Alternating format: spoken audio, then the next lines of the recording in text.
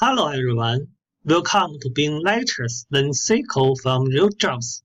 In this section, we are talking about how to detect outlier by using calculated column in SQL. When I work for accounting department, every month I got a salary changing list from HR like this.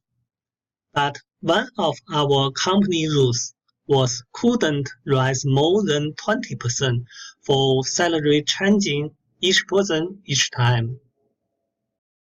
I create a calculated column named as rising rate.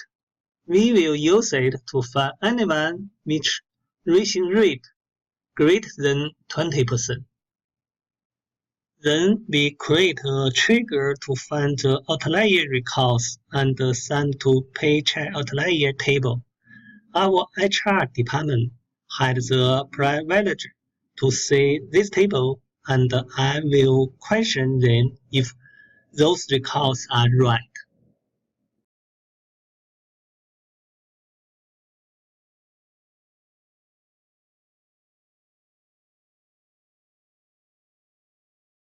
Here, we try to update HR new paycheck list like this.